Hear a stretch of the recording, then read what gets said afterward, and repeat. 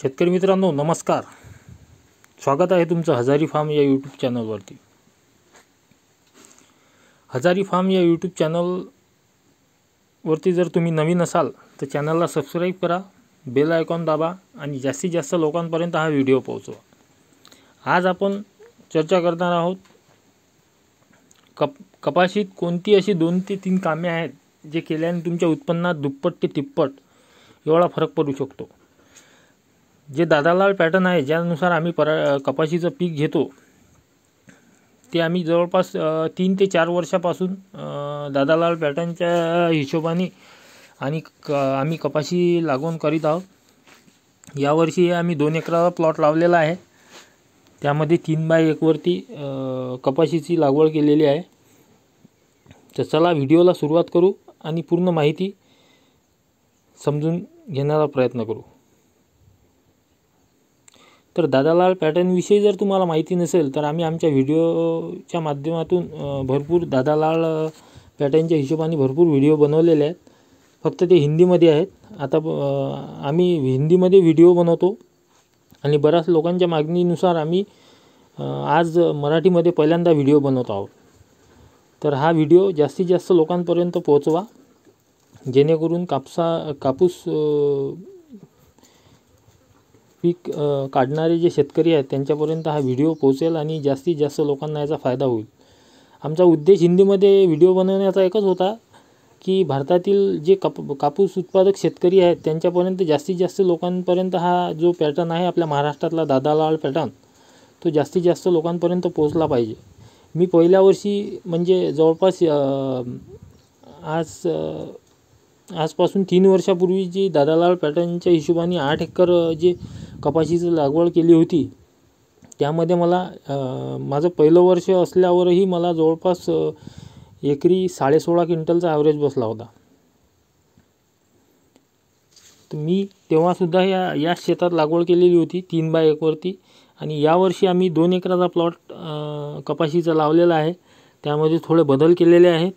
म्हणजे दादालाल पॅटर्न मध्ये जे 2 ते 3 कामे करावे लागतात ते सोडून आपण बाकीचे जे कामे जे पारंपरिक करतो त्यामध्ये थोडेसे बदल केलेले आहेत, ते पण आपण समजून घेऊया। फक्त तुम्हाला जर कापूस लागवडीची पूर्ण माहिती लागत असेल तर व्हिडिओला स्किप करू नका आणि शेवटपर्यंत व्हिडिओ नक्की पहा। तर मित्रांनो 3x1 वर कपाशी लावण्याचा उद्देश हाच होता की 3x1 वरती तुमचे जवळपास 14,520 रोपं हे झाडं हे कपाशीचे बसतात। त्यामुळे तुमच्या झाडांची संख्या ही 3x1 वरती दुप्पट प्रमाणात बसते। म्हणजे जवळपास 4x1.5 वरती आपली 7,260 जवळपास झाडं बसतात आणि 3x1 वरती 14,520 म्हणजे दुप्पट प्रमाणात तुमच्या झाडांची संख्या वाढते। तर यामध्ये बदल आपण असा एक केलेला आहे, यावर्षी आपण खतामध्ये थोडे बदल केलेले आहेत। कारण आपण पहिले पारंपरिक पद्धतीने एकरी 1 बॅग सुरुवातच्या पहिल्या डोसला एकरी 1 बॅग द्यायचो, दुसऱ्याला 1.5 बॅग द्यायचो आणि आपण येथे 2च डोस कपाशीला देत आहोत।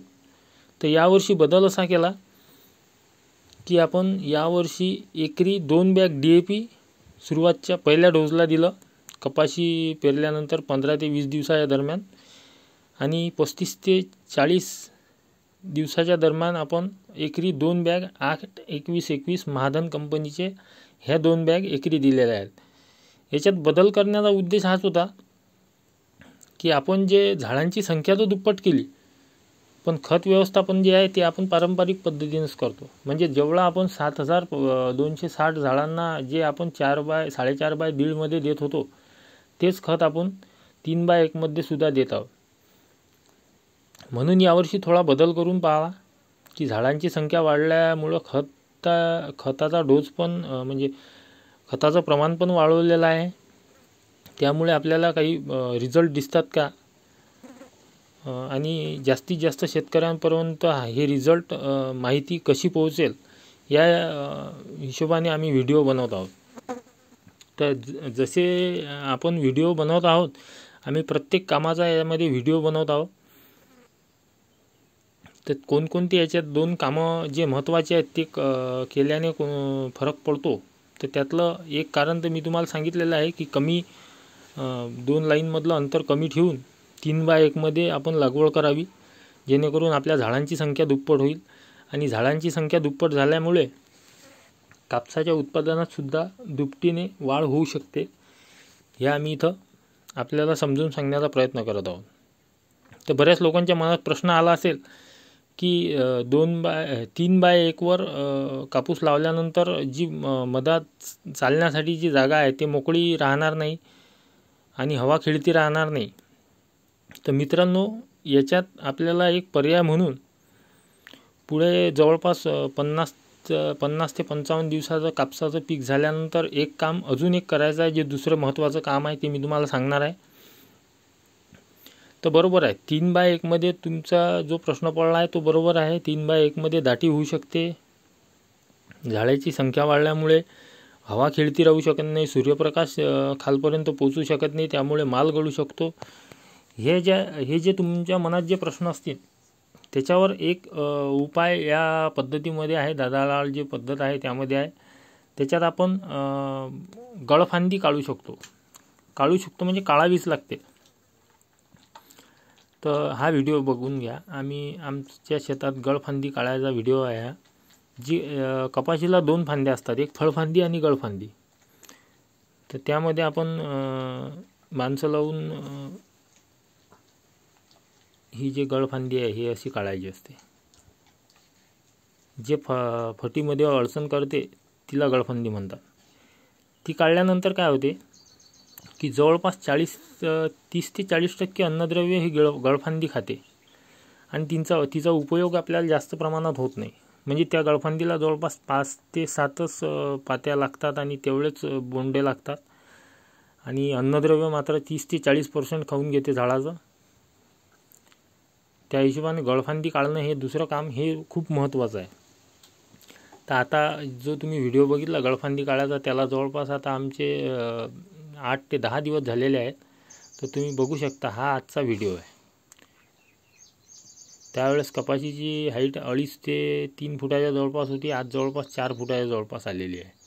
तर गळफांदी काढल्यामुळे काल चांगला पाऊस झाला, काल आणि परवा, परंतु तुम्हाला एकही पाती गळलेली दिसणार नाही.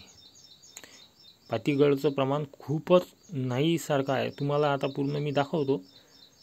हे तुम्हाला जवळपास एखादी पाती पडलेली दिसेल फक्त.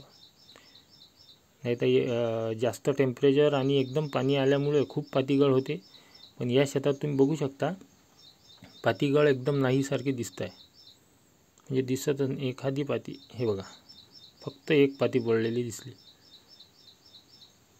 पातीगळ खूप कमी होते कारण की अन्नद्रव्य पूर्ण झाडाला पोहोचतात, पूर्ण पात्यांना अन्नद्रव्य पोहोचतात. आजूबाजूच्या गळफांद्या काढल्यामुळे ते 30 ते 40% जे अन्नद्रव्य वाया जातात ते पण पूर्ण या पात्यांना मिळतात. त्यामुळे पाती आणि झाड पूर्णपणे सशक्त राहतं.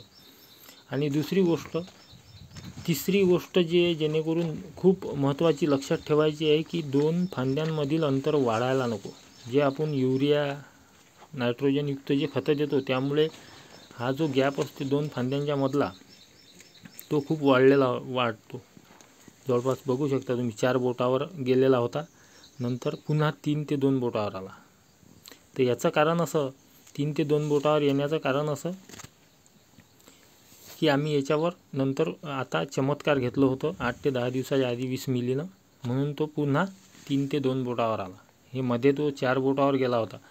तर या डिस्टन्स मेंटेन ठेवण्याचं कारण एकच की आपण जेव्हा 5 फुटाच्या जवळपास जेव्हा कपाशीची हाईट जाईल त्यावेळेस जेव्हा या कपाशीचा आपण शेंडा खोळू त्यावेळेस जवळपास 15 ते 20 दरम्यान याला फळफांद्या राहिलेल्या असतील.